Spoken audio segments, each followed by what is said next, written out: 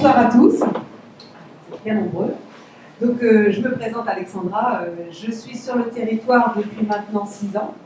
J'ai eu l'occasion en arrivant de travailler dans quelques entreprises locales et il y a 3 ans de me remettre encore une fois à mon compte. Donc j'ai repris l'entreprise Une Amie, qui est présente là, qui propose des services, des ateliers de fabrication de produits cosmétiques naturels. Et en parallèle, je suis formatrice dans un centre de formation en commercialisation, vente, marketing, redynamisation, initiation à la gestion d'entreprise et plein d'autres choses. Donc ce soir, par contre, je suis venue vous parler de la première création d'entreprise, de ma première création d'entreprise. C'était il y a 18 ans exactement, ça fait un petit moment. Pourquoi je vais vous parler de celle-ci? C'est parce que c'est celle qui a été vraiment le plus riche en erreurs. Je dis bien riche, hein, j'ai pris le bon vocabulaire. C'est parce que avec tous les gadins que j'ai pris dans cette entreprise, ça m'a permis vraiment de prendre du recul, de faire une analyse sur ce qui s'était passé, de voir ce que j'aurais pu faire autrement, comment j'aurais pu améliorer cette création d'entreprise. Et toutes les erreurs, tous les pièges que j'ai faits, ça m'a permis aussi de rebondir et d'être beaucoup plus performante pour les suivantes. Donc, durant mes années d'études, j'ai eu l'habitude d'être employée saisonnière dans des petits jobs d'été, dans une station balnéaire.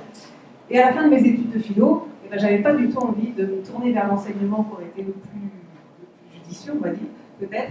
Et j'avais envie de me lancer dans le commerce. Surtout dans cette petite station que je connaissais bien, où j'avais plein d'amis, où j'aimais travailler, je connaissais bien la clientèle.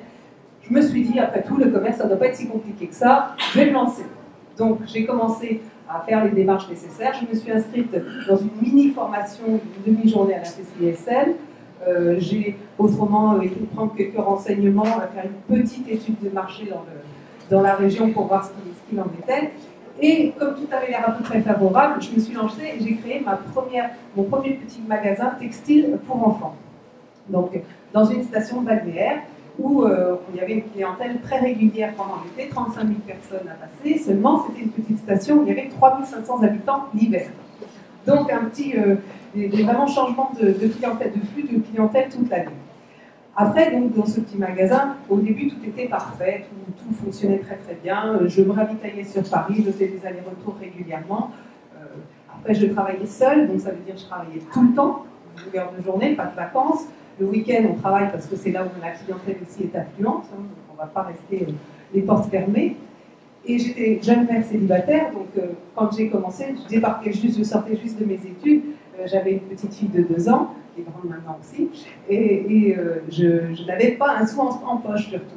Donc j'ai fait un emprunt auprès de la banque, forcément. J'ai fait un dossier à vie pour avoir une petite aide supplémentaire, et je me suis retrouvée avec l'équivalent d'1 400 000 francs sur mon compte en banque. Alors, à 25 ans, j'avais jamais touché plus qu'un petit salaire saisonnier. J'avais l'impression d'être riche, d'être pleine aux as. Donc, j'ai commencé à investir dans la boutique, à repeindre les devantures, à faire un aménagement très design. J'avais même installé un petit coin vidéo avec des dessins animés que je projetais en permanence pour avoir vraiment le maximum de confort pour moi, pas pour le commerce. Hein. L'idée, par exemple, du vidéoprojecteur, c'était une mauvaise idée. Il se trouve que les enfants regardaient les dessins animés, n'avaient pas du tout envie d'essayer les vêtements. Les mamans s'énervaient, tout le monde se chamaillait et tout le monde repartait sans avoir rien acheté. Donc ça, c'était une des petites premières erreurs. Après, je considérais que c'était ma boutique. C'est moi qui l'avais créée, je travaillais seule. Donc l'argent qui était dans la caisse, c'était mon argent. Je gagnais moi, toute seule. Donc je ne me versais pas de salaire mensuel. Par contre, à chaque fois que j'avais besoin de quelque chose et que j'avais bien travaillé, je piochais dans la caisse en me disant oh, je peux bien faire un petit plaisir. Hein. Les premières erreurs aussi, vraiment confondre la caisse du magasin avec mon portefeuille personnel. Ça a été aussi une grosse erreur. Suite à ça, j'ai rencontré, donc comme je commençais un petit peu à m'ennuyer, à faire mes allers-retours, c'était fatigant, j'ai été faire des salons de la mode, j'ai rencontré des commerciaux qui sont vite venus me voir dans ma petite boutique, qui m'ont proposé des superbes collections avec un service après-vente merveilleux, on me livrait directement à domicile, j'étais réassortie en 24 heures après un coup de fil, donc un énorme confort pour moi. Donc je me suis laissée tenter, sans me rendre compte qu'il y avait un vrai coût aussi par rapport à tous ces services qu'on me proposait, et je me suis engagée sur une année, sur des livraisons régulières, et sur un chiffre que je n'étais pas sûre d'assumer à l'année.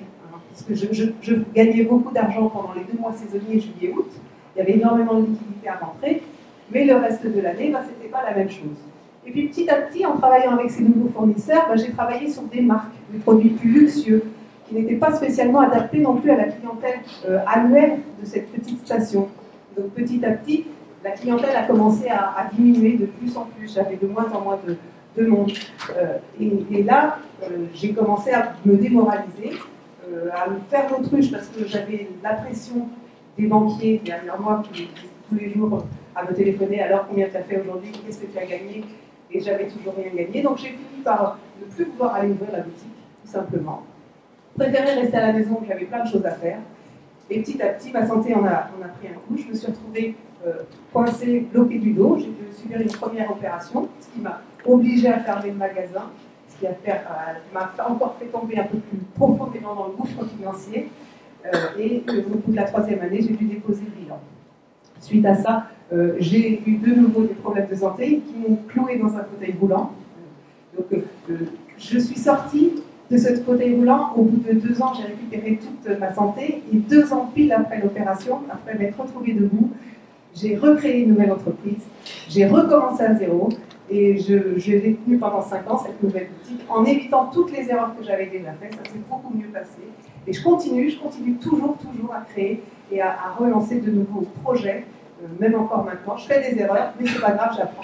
Voilà. Donc, surtout, n'hésitez pas. J'ai lu une phrase l'autre jour qui disait « Pensez grand, commencez petit, mais surtout commencez ». Alors allez-y, lancez-vous, hein, plein d'opportunités. Donc saisissez-les. Mon temps est